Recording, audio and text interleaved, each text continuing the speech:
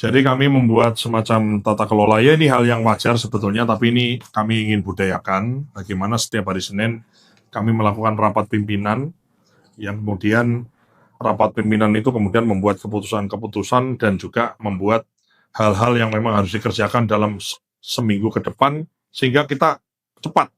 Hari ini bikin target, besok dikerjakan, terus minggu depan ditagih, bikin target baru, sehingga 1 demi 1, 5 demi 5, 10 demi 10, masalah itu kemudian bisa kita selesaikan.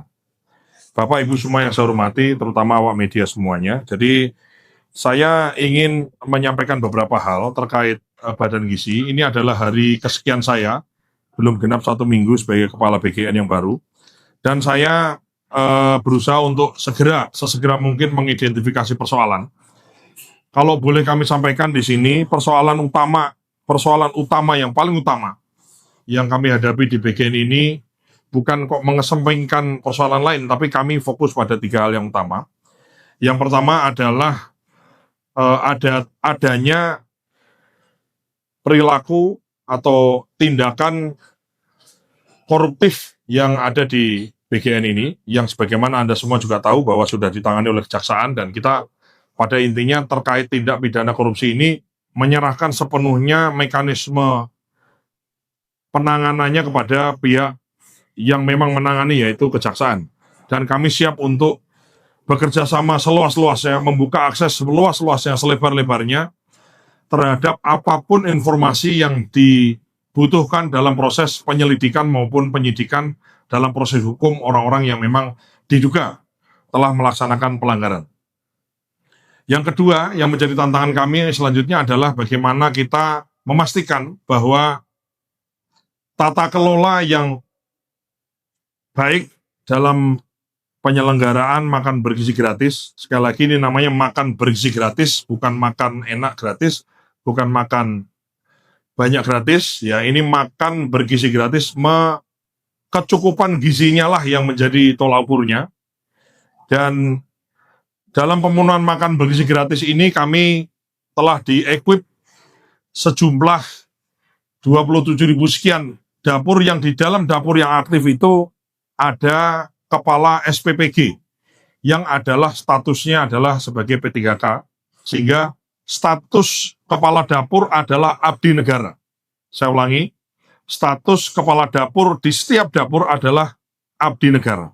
Sehingga penting bagi kami memastikan abdi negara di setiap dapur itu kemudian bekerja dengan sebaik-baiknya, sebersih-bersihnya, dan memastikan menu yang tersaji itu adalah baik. Karena kepala SPPG adalah pegawai kami, abdi negara di bawah Badan Gizi Nasional. Dan yang ketiga yang kami coba untuk kami solve adalah bagaimana dari sisi keterbukaan, transparansi, komunikasi, pelibatan banyak pihak, pelibatan instansi lain, pelibatan kementerian lain, lembaga lain, keterlibatan pemerintah daerah, keterlibatan dinas-dinas itu kemudian, dan keterlibatan publik dalam mengawasi apakah itu menu, apakah itu penyaluran, apakah itu dapur, kebersihan, dan lain-lain. Maka kami berusaha untuk memperbaiki ketiga hal ini. Bapak dan Ibu semua yang saya hormati, per hari ini, tanggal 27 Juli 2026, kami mencoba untuk bersih-bersih, kami mencoba untuk kemudian yang melanggar kami berikan sanksi, dan hari ini kami beri pengumuman bahwa per hari ini kami telah memberhentikan 261 pegawai non-ASN yang terdiri dari 224 pegawai non-ASN dan 37 tenaga ahli. Pegawai non-ASN ini diberhentikan salah satu dan paling besar adalah karena diduga adanya pelanggaran, tidak disiplin, dan lain-lain. Selanjutnya kami telah memproses, ada temuan 9 melakukan pelanggaran berat atau disiplin berat. Ini adalah ASN dan P3K, dan besar kemungkinan yang bersangkutan akan kami proses pemecatan. Dan ditemukan 39 disiplin ringan yang kemudian akan kami mutasi, kami demosi, dan kami akan berikan sanksi administrasi maupun sanksi peringatan. Selain itu, kami telah menemukan ada 883 dapur yang kami suspend per hari ini, yang terdiri dari 98 di wilayah 1, wilayah Sumatera, 311 di wilayah Jawa dan Madura, dan wilayah 3, 424, dengan total sebagaimana di layar 833.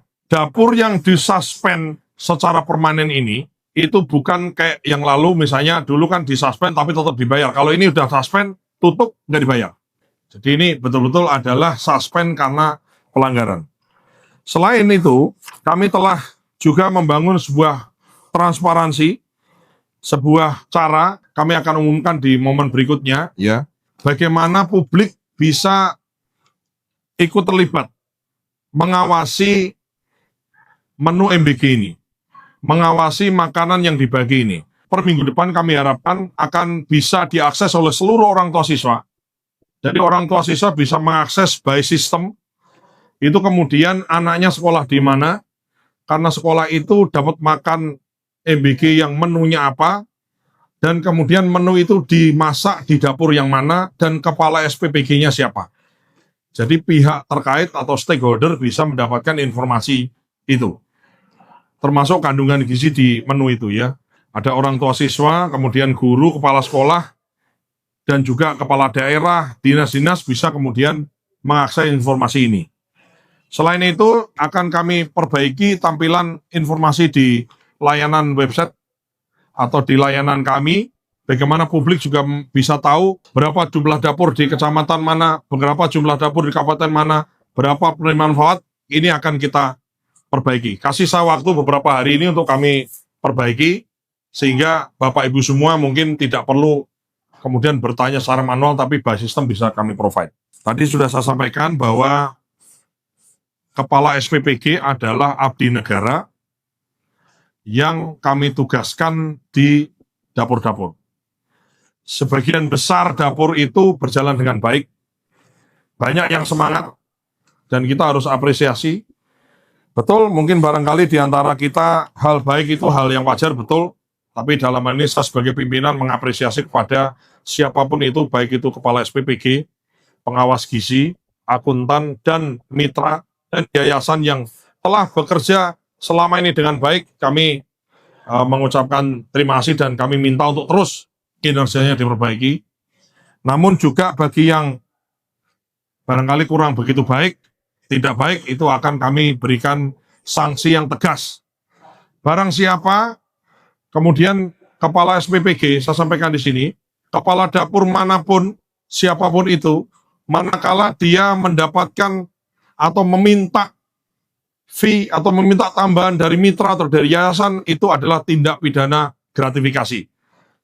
Karena kepala dapur adalah P3K, adalah abdi negara. Jadi kalau minta fee, minta tambahan penghasilan dari mitra atau dari yayasan, itu tindak pidana gratifikasi atau tindak pidana korupsi. Sehingga silakan, jika ada temuan mitra yang merasa mungkin tidak diperlakukan tidak adil, tidak baik, dan lain-lain, bisa dilaporkan kepada kami.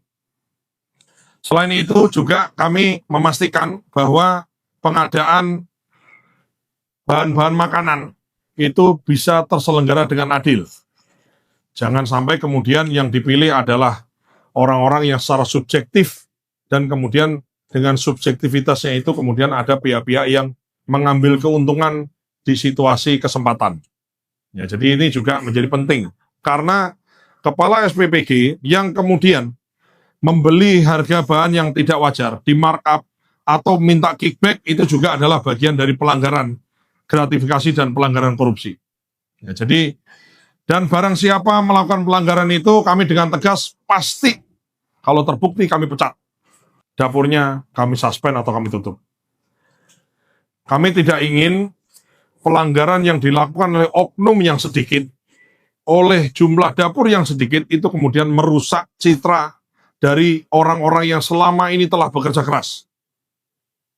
Orang-orang yang selama ini telah bekerja dengan jujur, dengan baik, itu kemudian ternodai hanya karena 1-2 orang oknum yang kemudian kerjanya tidak baik. Itu kira-kira yang ingin saya sampaikan pada siang hari ini, dan saya ingin terus bagaimana mungkin bisa mengupdate saudara-saudara semuanya, awak media semua, untuk bisa kami update perkembangan perbaikan tata kelola dari Badan Gizi Nasional ini. Kami mengakui ada kekurangan, kami mengakui ada hal yang memang harus diperbaiki, kami mengakui bahkan ada pelanggaran sebagaimana juga saudara-saudara tahu, tapi kami siap, kita harus siap menatap masa depan, kita perbaiki, kemudian kita laksanakan pekerjaan kita dengan sebaik-baiknya, dan perbaikan ini bisa kemudian kita laksanakan dengan secepat-cepatnya, nggak nunggu lama. Karena memang kebutuhan gizi, kebutuhan ini kemudian bisa terus, kebutuhan itu terus ada. Saya sudah melakukan beberapa kunjungan ke sekolah, harus kita akui di beberapa sekolah itu memang banyak anak-anak yang ukuran tubuhnya barangkali itu kalau dibandingkan dengan umurnya memang tidak sepadan. Banyak, ada yang di kota, ada juga yang ada di pedesaan, dan inilah yang menjadi concern kita. Kita ingin bagaimana generasi kita itu makan bergizi, kemudian gizinya baik, bikin fisiknya dia kuat, fisiknya bagus, tumbuh kembang bagus, otaknya bagus, sekolahnya bagus. Ya, jadi ini adalah usaha bersama, efeknya dua, perbaikan gizi untuk masa depan anak-anak kita, tapi juga adalah perputaran ekonomi bagi ekonomi lokal di pedesaan. Kami juga sedang menyiapkan sebuah sistem bagaimana secara adil supplier bahan baku itu kemudian bisa mendapatkan perlakuan adil by sistem dan lain-lain, sehingga menghindari hengki-pengki atau menghindari kong kali kong di antara penyedia dan di antara yang membutuhkan atau di antara dapur-dapur. Saya kira itu, mungkin saya buka pertanyaan, silakan. Kalau dilihat dari total SOP yang disuspend, itu boleh dikasih tahu nggak Pak, disuspendnya kebanyakan karena masalah apa? Karena soal standar kesehatan dalam dapur atau penduduk yang kurang memenuhi standar, atau karena apa? Itu yang pertama. Terus yang kedua, untuk pemberhentian non ASN dan hukuman disipliner ini boleh dijelaskan nggak Pak? Itu mayoritas paling banyak karena apa mereka semua jadi dipecat? Apa? Itu aja dulu, terima kasih Pak. Jadi dapur yang disuspend itu terkait higienis, keracunan, ya kemudian kualitas yang tidak baik, tidak memenuhi standar yang kita inginkan, khususnya terkait higienis dan sanitasinya. Kemudian IPAL-nya, jadi yang tidak meet terhadap apa yang menjadi requirement itu yang tidak bisa kemudian kita minta, kita kasih tenggat waktu untuk diperbaiki tapi tidak diperbaiki, maka kami suspend secara permanen. Kemudian untuk hukuman ASN P3K itu adalah ada yang judi online, ada juga yang tidak disiplin, ada juga yang ada indikasi tadi, ngentet duit tadi itu. Ya. Jangan dipikir ngentet duit sedikit itu kemudian nggak tahu. Ya kan? Sekarang ini informasi mudah. Tinggal kirim WA, kita investigasi, orang yang ngaku, maka mohon maaf, demi menyelamatkan yang banyak yang baik, maka kita bukan korbankan sebetulnya, ya harus kita hukum orang-orang yang tidak baik, yang kemudian mencoreng nama baik orang-orang yang bekerja selama ini dengan baik. Sudah cukup? Ya. Selamat siang, saya Gita dari kantor berita Prancis AFP terkait 261 pegawai non-ASN yang sudah diberhentikan dan 883 yang sudah disuspend itu sampai tanggal 27 Juli, tapi mulai dari kapan ya Pak periodenya? Intinya kan kita periksa sudah lama, ada yang ya diperiksa dari jauh-jauh hari. Nah, butuh keputusan, maka saya sebagai kepala badan yang baru saya putuskan yang nggak benar ya harus di-cut. Itu aja, ya. Mas, ada beberapa pertanyaan yang pertama itu soal adanya asosiasi. Biasanya untuk kemarin Mas Tir yang jemput kalau mau melumaskan atau menjanjikan bahwa yang penting Bapak Ibu ini tidak rugi gitu. Nah, skemanya sudah dibuat atau belum, itu yang pertama. Terus yang kedua, tadi kan ada data di sini, itu rata-rata kebanyakan yang disuspend yang di daerah luar, yang bisa kita lihat itu kebanyakan di 3T. Itu apakah bentuk kesengajaan bagian dalam ingin merombak sistem tadinya mau diganti dapur kantin sekolah atau seperti apa? Jadi yang disuspend itu adalah yang tidak sesuai. Apakah itu sengaja karena 3T, nggak 3T nggak ada urusan. Jadi kita ada standarnya, ada yang harus dipenuhinya. Ini menyangkut nyawa seseorang. Ini menyangkut kesehatan seseorang, menyangkut nyawa seseorang. Maka bagi yang tidak memenuhi suatu standar, ya mohon maaf, ya harus kemudian kita suspend. Kemudian apa tadi yang berikutnya? Skema ya.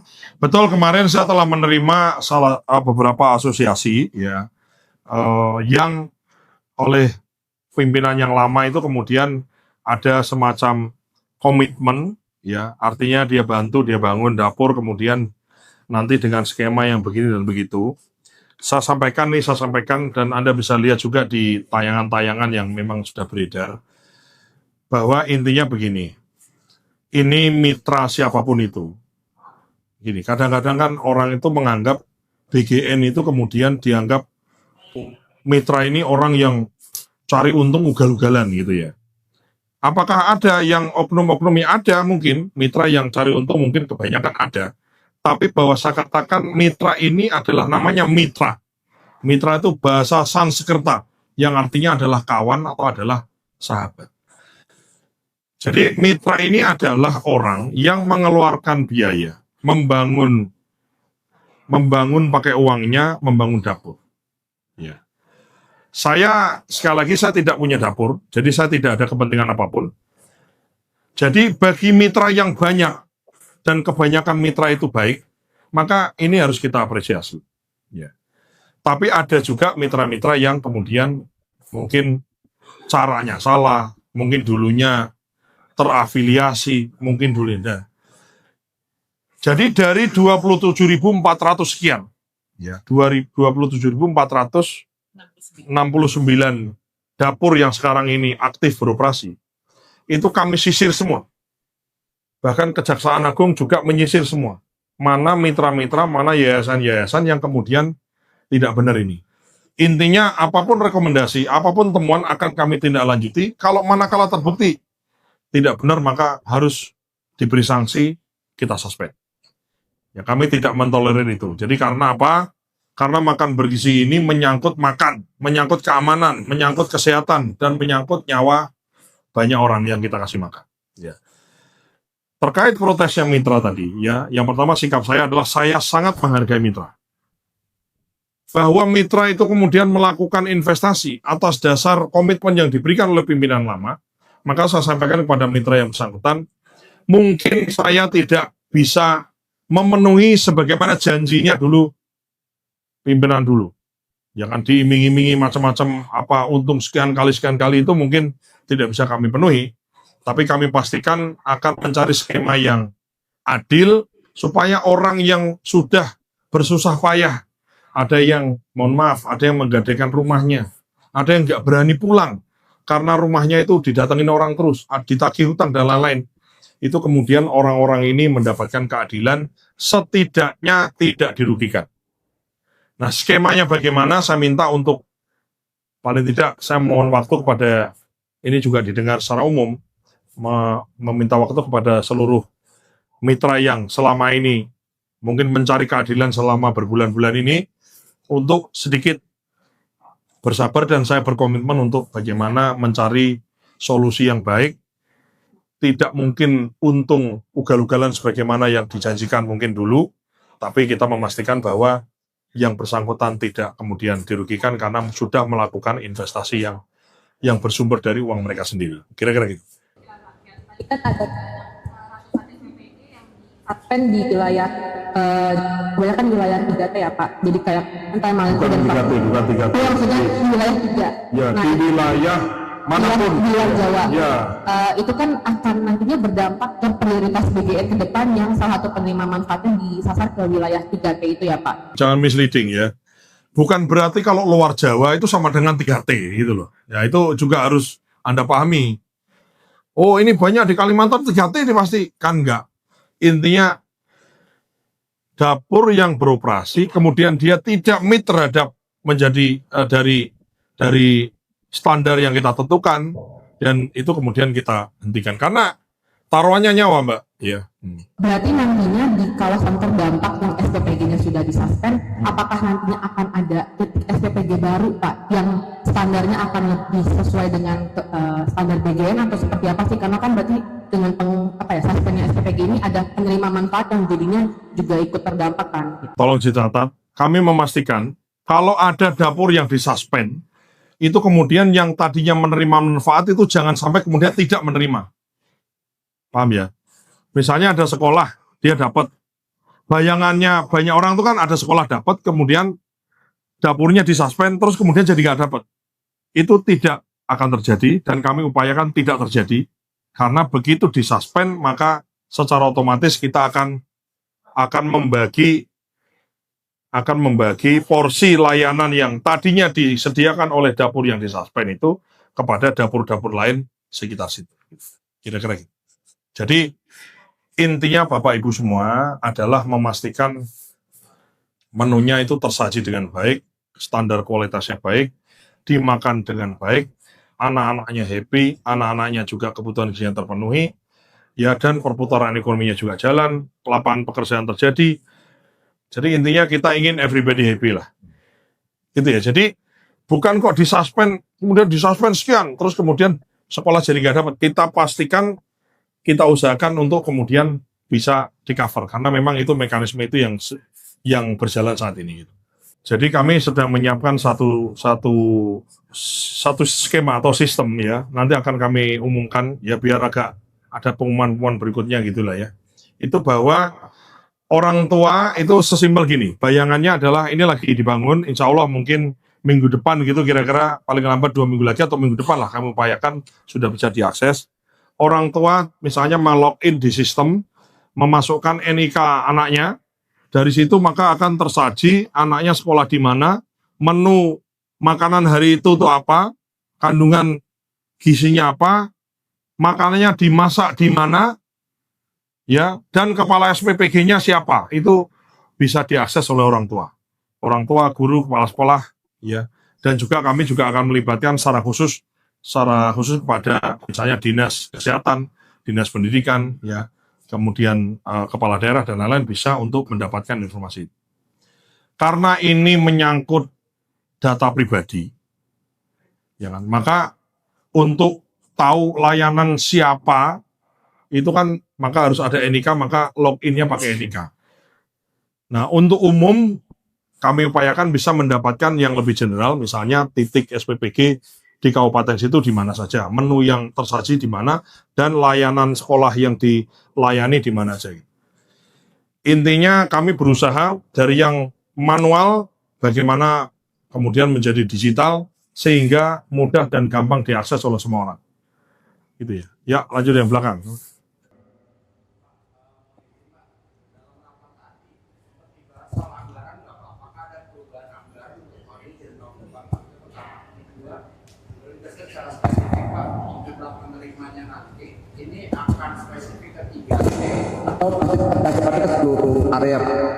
Oke, saya jawab. Untuk terkait anggaran belum kami bahas.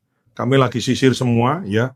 Kami sedang menyisir dapur-dapurnya di mana, geotaggingnya di mana, sekolah-sekolah yang dilayani per dapur itu di mana, sekolah itu yang dilayani berapa, sehingga kita bisa punya exact number, dapurnya berapa, jumlah yang dilayani sekolahnya berapa, dan jumlah siswa yang dilayani berapa, ibu hamil berapa, ibu nyusui berapa, dan balita yang belum sekolah berapa, itu harus clear.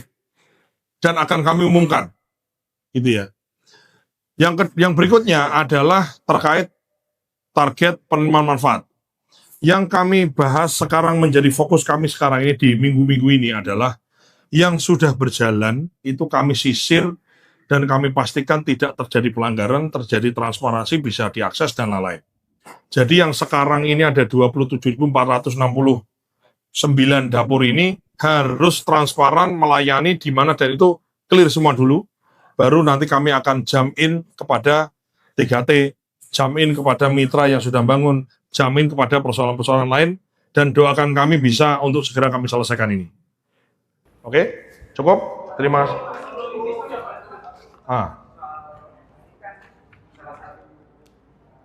Program ini untuk menggerakkan ekonomi masyarakat. Ya. Tapi kalau dilihat beberapa saat itu menggunakan minyak, gas, itu yang subsidi itu bagaimana? Tidak boleh. Ya, tidak boleh masak untuk MBG memakai minyak kita, tidak boleh memakai gas melon 3 kilo, dan tidak boleh memakai beras kita SPHP. Ya, clear di situ. Kalau ada, misalnya awak media menemukan di sosial media, silahkan dilaporkan. Dapur mana menggunakan minyak kita, itu nanti kita akan beri surat, akan kita beri teguran, surat peringatan. Kalau memang ngeyel bandel, ya kita tutup dapurnya ya. Tidak boleh memakai barang subsidi. Termasuk misalnya, mohon maaf Mas, sorry ya, saya potong. Termasuk misalnya kemarin harga telur turun ya. Kamu kan biasa mangkal di Kementan ya. Harga telur yang harusnya HAP-nya 25.000 di kandang, itu kemudian jatuh sampai 12.000, 15.000 pernah itu kemarin. Maka juga kemudian si kepala dapur harus membeli telur, bukan kemudian 12.000, 15.000, harus membeli telur di harga acuan pemerintah untuk supaya memastikan stabilisasi harga peternak tidak dirugikan. Saya ulangi, nanti kalau Anda ketemu harga telur lagi murah sekali, kok dia beli telur sesuai dengan harga acuan pemerintah, itu adalah memang tujuan dari MBG ini untuk sebagai stabilisator pasokan dan stabilisator harga level paling bawah yang namanya flooring price, supaya memastikan peternak, petani itu kemudian tidak dirugikan. Gitu ya. Oke, beres Bos?